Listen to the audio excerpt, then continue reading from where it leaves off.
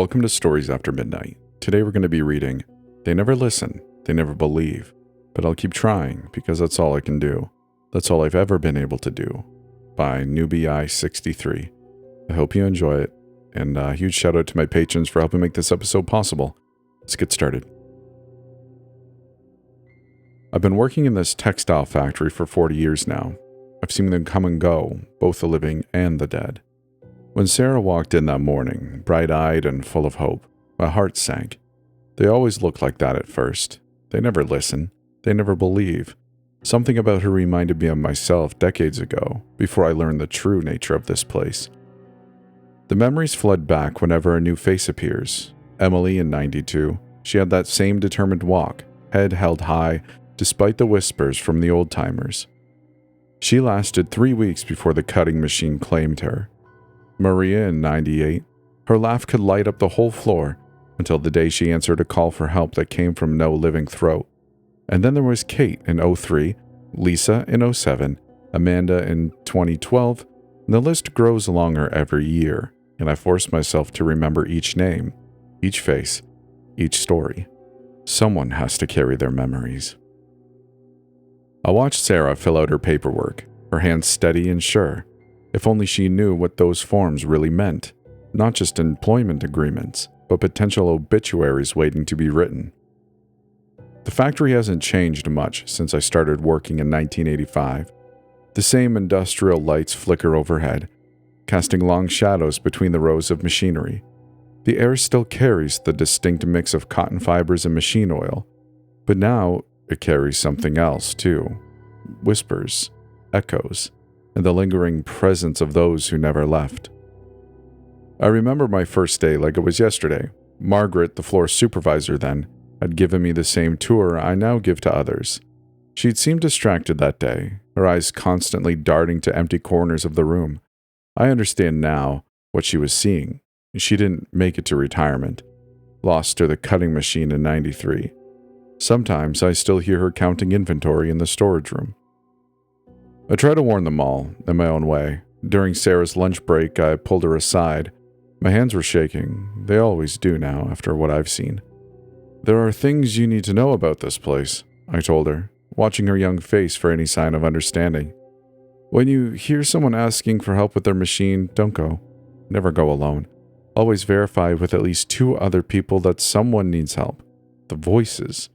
They're not always who they claim to be. I remember giving the same warning to Jennifer in 05. She laughed it off, and 3 days later, we found her by the spinning wheel. The ghost that called her had worn my voice. Sarah nodded politely, but I could see the skepticism in her eyes.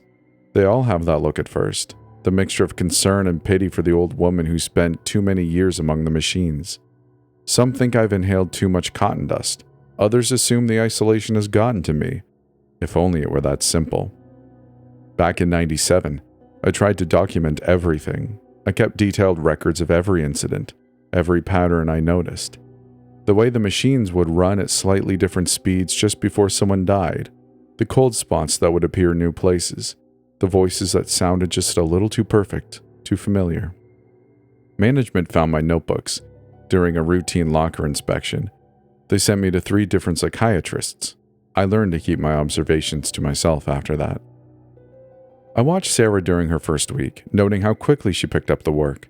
She had good instincts around the machines, respected their power, but she was also kind. Too kind. When Lucy from packaging called out sick, Sarah volunteered to cover part of her shift. She didn't know that Lucy had died in 01, and sometimes her ghost still punches in for the night shift. I was in the break room when it happened. My sandwich sat untouched as I heard the commotion, running footsteps, a machine's terrible grinding, then silence. I knew before I even got up. They'd used my voice again. I ran to the spinning room, my arthritis forgotten in the moment, but I was too late. I'm always too late. The spinning wheel was still humming, threads tangled in impossible ways. Sarah's body lay motionless beside it, her hand still reaching out to where she thought I had been standing, asking for help with a jammed mechanism. The worst part is always the aftermath. The police investigations, the safety inspections, the grief counselors, they never find anything wrong with the machines. They never question why it's always the same machines, the same circumstances. The reports always read operator error or failure to follow safety protocols, but how do you report that a ghost asked for help? How do you explain that the voice calling out in distress wasn't human at all?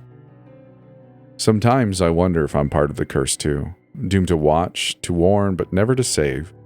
40 years of the same story, different faces. The ghosts never take me. Perhaps that's my real punishment. The next morning I stood in my usual spot, watching them cover Sarah's body.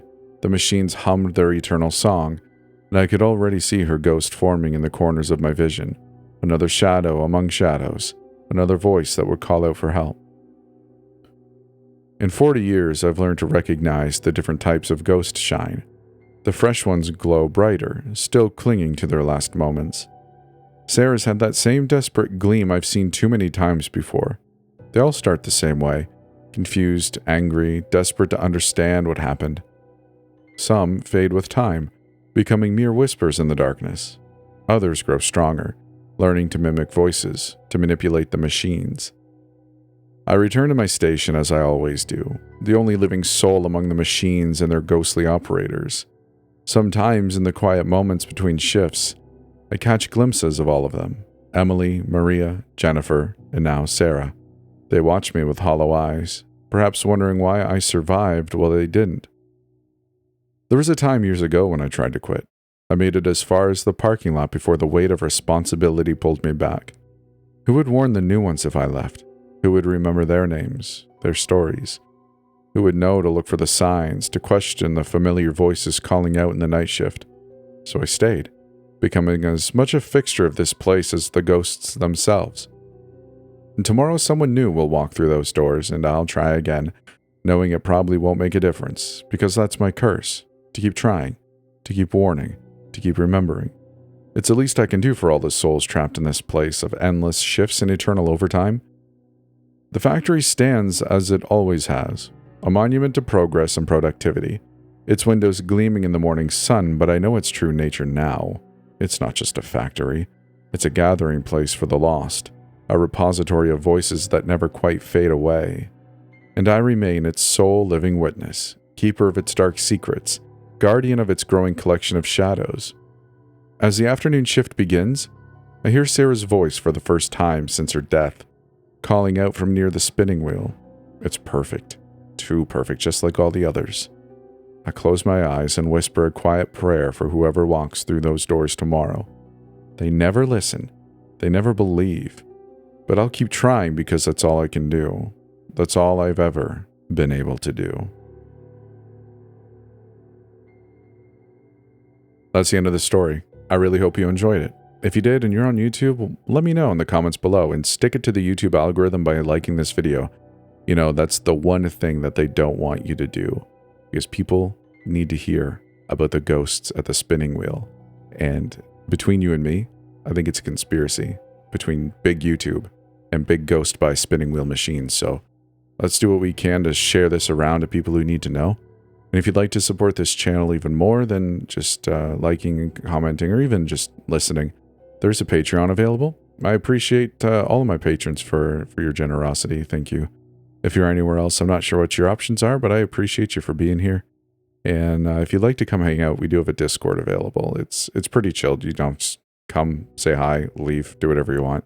It's pretty chill. So anyway, I appreciate you for listening. Thank you for being here. We'll see you in the next one. Take care now. Bye-bye then.